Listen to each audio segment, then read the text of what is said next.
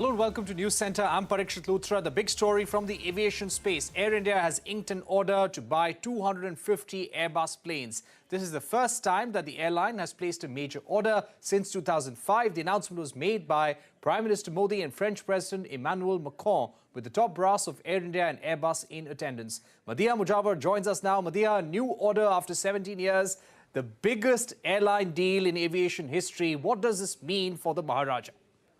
Parikshit, you are right. Aircraft order of this scale and size tells a lot about India's aviation sector, the strength, potential and the growth going forward. Let me first give you the details of Air India's massive order. Air India has signed letter of intent to acquire 250 Airbus aircraft. This will include 40 A350 wide-body planes that will be used for long-distance routes and 210 A320 Neos, which are narrow-body planes, which will be used for domestic and short-distance routes. This announcement was long awaited. Air India and Airbus have been in negotiations for months to seal this deal. And looking at Air India's existing fleet, it has 113 aircraft, including 68 Airbus and 45 Boeing planes. This is not only Air India's first new aircraft order under the Tatas, but also the first in 18 years. The last time it had bought new planes was in 2005. And Air India has been focusing on adding more wide-body aircraft to its fleet and also refurbish the existing ones. Remember, few weeks ago, it had announced investing $400 million in redoing the interiors of the wide-body cabins. So adding more wide-body aircraft clearly indicates the airline's plans to strengthen the Europe and US network, plus expand its connectivity to other parts of the world. And strengthening the narrow-body fleet also means it wants to add more aircraft to its domestic routes, mostly in the Indian market. Right. Thank you very much for summing all of that up for us, Madhya. We're also hearing that the Tata deal with Boeing for 220 aircraft could also be signed possibly later this evening. We will wait for an announcement on that. But for the moment, we are joined by Devesh Agarwal, Chief Analyst at Bangalore Aviation. Devesh, big deal for Air India. Give us a sense of how this will give more teeth to Air India's fleet and Air India's operations in India and globally. And once we hear of the Boeing deal also being announced, how will Air India stand against the likes of Emirates, Qatar Airways and global aviation giants? Hi, Parikshit. Thank you for having me. It is definitely a momentous occasion. If you see, the last biggest order ever placed in the history of aviation was to 2011, when American Airlines ordered 460 aircraft. And those were all narrow bodies. This is 470 aircraft with, as I can gather, about 70 wide bodies and the rest, almost 400 being narrow bodies. So definitely a mega deal. Shows a lot of confidence that the current owners of Air India have in the airline, in terms of the long-term future. But one thing, this definitely, the A350 can be outfitted. As you know, the A350 currently operates the longest non-stop flight in the world, which is from Singapore to New York. It's almost 22 hours.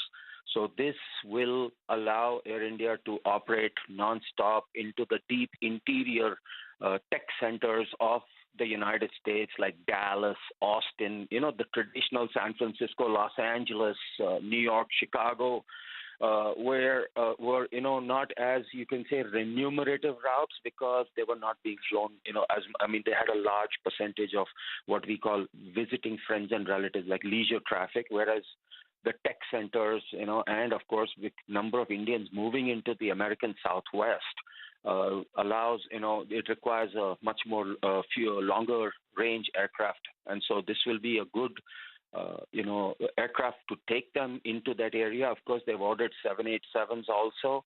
So the 787-9 will be able to, take them into like Chicago and possibly even Delhi, San Francisco, things like that. And traditionally, if you see, Air India has considered itself as a Boeing kind of a customer, at least on long distance, and Air India Express is 100% Boeing fleet.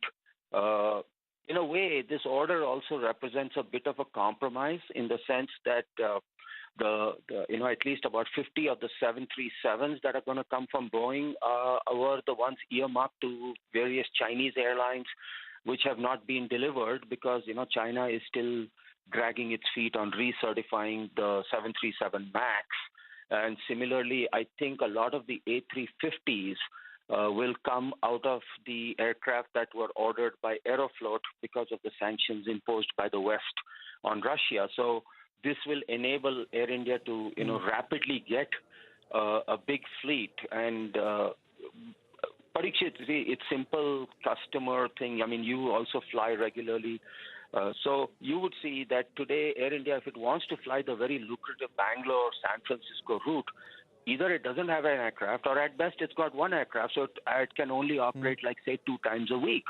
Which business person is going to depend on an airline that flies only twice a week? So, with more aircraft, they go daily or they go much higher frequency. So they are able to gather more passengers. They are going to be able to be a stronger airline and appeal to the Devesh, higher value I'm just going to ask you to hold on for a second. Sure. Right. Let me also get in Mark Martin, who's been standing by. Mark Martin, founder and CEO of Martin Consulting, also with us on the phone line.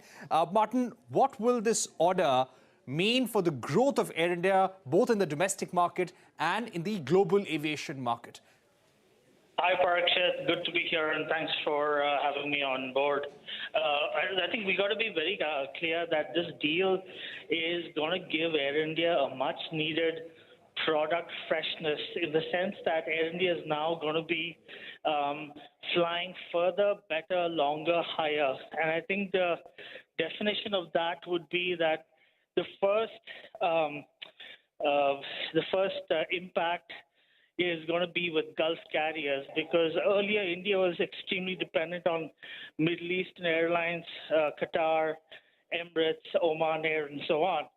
Now, with the long-range capability, Air India now truly goes back to a vision that was set in the 50s and 60s and 70s, which was taking India to the world and taking our hospitality to every part of the globe. So clearly, this is a very strategic step. In terms of the A350 being a perfect match, now the A350 has proven itself as a very good long-range aircraft. And it all boils down to how competitive the market is, because Boeing is facing a bit of a whammy and onslaught with operators pulling out of the 777X. And on the flip side, Qatar's dispute with Airbus on the A350 has also created surplus aircraft for Boeing and Airbus both together. But coming over to where we are here, from a broader perspective, casualties are going to be with Gulf carriers, but the winner here clearly is Air India's old friends who have always supported Air India, which is Star Alliance, Lufthansa, as well as now, as we know, Singapore Airlines. So I think the long-term outlook looks really good. Whether or not they're going to balance something out with Boeing is honestly yet to be seen, because both the Boeing announcement could have come first. Right. But having said that, this is going to be a much-needed, level 2 upgrade to what we've been seeing so far as a level 1 or version 1 Air India. So I think it's going to be great from a long-term perspective, and Air India is now going to be far more better poised. Right.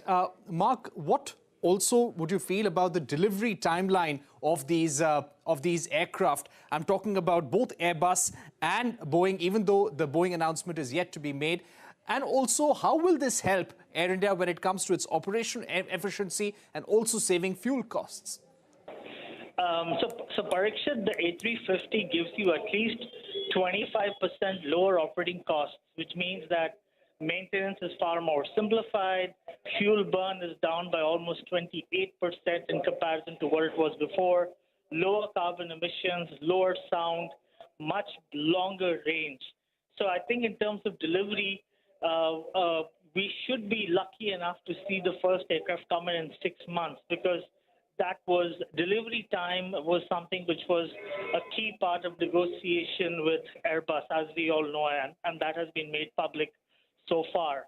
So I think the the Asian travelers, the Indian traveler should be seated in a nice, comfortable seat, and possibly 6 months from now, I'm guessing July, August is when the first couple of aircraft should come in. And from a infrastructure perspective, I think the 350 is clearly going to take or require baptism by fire of some sort for Air India to upgrade its archaic maintenance systems, technologies, facilities, infrastructure to a newer generation aircraft. They've got a taste of new generation with the 787 Dreamliner that they've been flying. So the Dreamliner was actually the biggest deal that Air India signed back in the day. But clearly the A350 is a bit more superior in terms of technology and effective far lower maintenance. Right. My final question to you, Devesh Agarwal.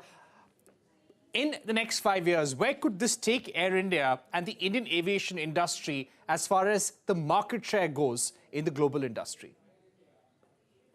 See, there's little doubt, Parikshit. India constitutes today what? We have become effectively the most populous nation on the earth. We are almost having 20% of the world population. Our economy is growing. We are growing, it's make in India. We are talking about being fully interlinked with the global economy, and people are going to travel. So demand is going to continue growing. In fact, the challenge, as Mark said, is keeping up with the demand. This is just, I think, the tip of the iceberg. We need many, many more aircraft in the sky coming out of India, and we're going to need a hell of a lot more airports in India, or enlarging of existing airports to handle this additional traffic. As I said, deliveries definitely have been a main reason why Air India has compromised and gone like with a split. They've ordered both narrow bodies and wide bodies on both the major airframers purely because of deliveries. The 777X is having its own challenges. It will take time, over 3-4 years. So, Air India is in the right spot to take the, it's basically called a mini jumbo when it comes online. So there are definitely, the skies are great ahead. But as Mark said, one thing, Air India's entire human network is so used to operating in an archaic system, it has to be pulled in the next 6 months to become a global airline. The aircraft is just one. All right. We've run out of time, Devesh Agarwal. Right. Thank you so much for summing up that for us, Mark Martin and Devesh Agarwal. We're going to take a short break, but we'll continue discussing the global impact of the Air India Airbus deal, and we'll wait for the Boeing announcement as well. We're taking a short break, but don't go anywhere. India's defense might continues to be on full display on day 2 at the Aero Show 2023. More on this when we're back.